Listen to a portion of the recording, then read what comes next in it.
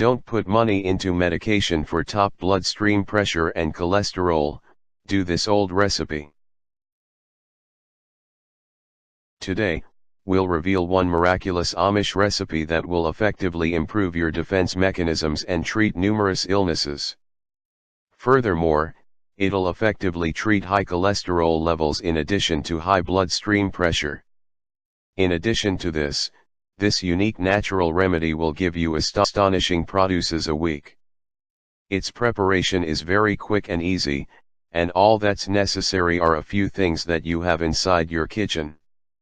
This is the way to organize this natural remedy, which will considerably decrease cholesterol and bloodstream pressure. Approach to preparation. Take 1 teaspoon of honey, 1 teaspoon of ACV and 1 clove of garlic, grated, 1 teaspoon of fresh lemon juice, grated ginger, 1 piece. Combine all ingredients inside a blender for 30 seconds at high speed. Next, strain, and keep remedy within the fridge for 5 days.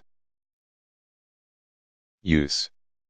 Have a teaspoon of the miraculous remedy each morning, before you decide to have your breakfast, and the other teaspoon at night, before your dinner.